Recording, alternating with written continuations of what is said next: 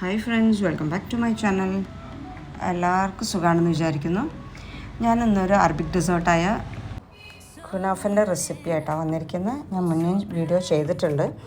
ഇപ്പോൾ കുറേ ആയിട്ട് എനിക്ക് വേമിസല്ലി ആയിരുന്നു കിട്ടുന്നത്, കുനാഫ ഡോ കിട്ടാറില്ല. അപ്പോൾ ഇത് കിട്ടിയപ്പോൾ ഒരു ലോങ് വീഡിയോ ചെയ്യാമെന്ന് വിചാരിച്ചതാണ്.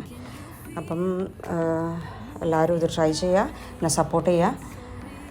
അപ്പം നമുക്ക് വീഡിയോയിലേക്ക് പോകാം. അപ്പോൾ ആദ്യം തന്നെ ഞാൻ ഒരു 50 ഗ്രാം ബട്ടർ ഉരുക്കുന്നുണ്ട്. അത് ഉരുക്കി മാറ്റി വെക്കാം. അത് ഉരുക്കി വരുമ്പോഴത്തേക്കും സിറപ്പ് ഉണ്ടാക്കണം, ഷുഗർ സിറപ്പ്. അപ്പോൾ നമ്മൾ ഷുഗറിൻ്റെ ക്വാണ്ടിറ്റി നമുക്ക് ഇഷ്ടമുള്ള അത്ര എടുക്കാം. ഞാനൊരു 3/4 കപ്പ് ഷുഗർ എടുക്കുന്നുണ്ട്. അതിലേക്ക് 1/2 കപ്പ് വെള്ളം ഒഴിച്ചിട്ട് സിറപ്പ് ആവാൻ വേണ്ടിയിട്ട് വെക്കാം.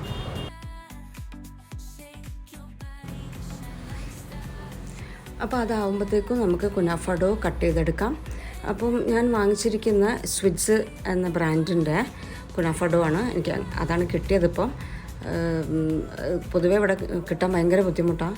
അപ്പോൾ അത് കിട്ടിയത് എന്താണെന്ന് വെച്ചാൽ കുറേ ക്വാണ്ടിറ്റി ഉള്ളതാണ്. അപ്പോൾ അതൊന്ന് കുറച്ച് കട്ട് ചെയ്തിട്ട് മാറ്റിയാൽ മതി.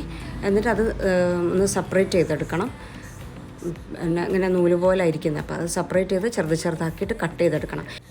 സിസേഴ്സ് വെച്ച് കട്ട് ചെയ്യുന്നതായിരിക്കും കൂടുതൽ എളുപ്പം. ബാക്കി വരുന്നത് നമ്മൾ ഒരു നല്ല എയർ ടൈറ്റ് കണ്ടെയ്നറിലോ അല്ലെങ്കിൽ വലിയ കവറിലോ കെട്ടിയിട്ട് ഫ്രീസറിൽ സൂക്ഷിക്കുക. എന്നിട്ട് നമ്മൾ ഉണ്ടാക്കുന്ന സമയത്ത് ഒരു അരമണിക്കൂർ മുന്നേ ഒക്കെ എടുത്ത് പുറത്ത് വെച്ചാൽ മതി. ഇനി മെൽറ്റ് ചെയ്ത് വെച്ചിരിക്കുന്ന ബട്ടർ ഇതിലേക്ക് കംപ്ലീറ്റ് ആയിട്ട് ഒഴിച്ചു കൊടുക്കുക. എന്നിട്ട് അത് നന്നായിട്ട് എല്ലായിടത്തും എത്തുന്ന രീതിയിൽ മിക്സ് ചെയ്തിട്ട് എടുക്കണം. ബട്ടർ എല്ലായിടത്തും എത്തണം. അപ്പം ആ ഒരു രീതിയിൽ നന്നായിട്ടൊന്ന് കമ്പൈൻ ചെയ്തിട്ടെടുക്കുക. ഇനി നമ്മൾ എന്തിലാണോ ഉണ്ടാക്കുന്നത് അതിൽ ബട്ടർ ഗ്രീസ് ചെയ്യുക. ഞാൻ പാനിലാണ് ഉണ്ടാക്കുന്നത്. അപ്പം ഞാൻ ഓൾറെഡി ബട്ടർ ഉരുക്കിയ പാൻ ഉണ്ടല്ലോ, അതിൽ തന്നെ ഉണ്ടാക്കുന്നത്. അതുകൊണ്ട് ഞാൻ അതിന് എക്സ്ട്രാ ഗ്രീസ് ഒന്നും ചെയ്തിട്ടില്ല. അതിലേക്ക് കുറച്ച് ക്വാണ്ടിറ്റി, 1/2 ക്വാണ്ടിറ്റി ഡോ വെച്ചിട്ട് ഒന്ന് പ്രസ് ചെയ്തിട്ടെടുക്കുക. എന്നിട്ട് നമുക്ക് ഇഷ്ടമുള്ള ഫില്ലിങ്, ക്രീം ചീസോ അല്ലെങ്കിൽ സ്ലൈസ് ചീസോ, നമ്മൾ വീട്ടിലുണ്ടാക്കുന്ന ക്രീമോ എന്ത് വേണമെങ്കിലും നമുക്ക് യൂസ് ചെയ്യാം. ഞാൻ ഫ്രഷ് ക്രീം, എളുപ്പത്തിന് വേണ്ടിയിട്ട് ഫ്രഷ് ക്രീമാണ് ഞാൻ യൂസ് ചെയ്തിരിക്കുന്നത്. അതൊന്ന് നന്നായിട്ട് സ്പ്രെഡ് ചെയ്ത് കൊടുക്കുക.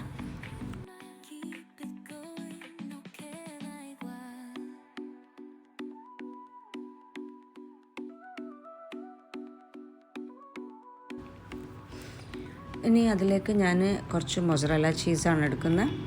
ഇഷ്ടമുള്ള ചീസ് എടുക്കാം. എൻ്റെ അടുത്ത് ഓൾറെഡി ഉണ്ടായിരുന്നതുകൊണ്ട് ഞാൻ മൊസറല്ല ചീസൊന്ന് കട്ട് ചെയ്തിട്ടെടുക്കുകയാണ്. അതെല്ലാം ഈ ക്രീമിൻ്റെ മേലെ ആയിട്ട് വെച്ച് കൊടുക്കുക.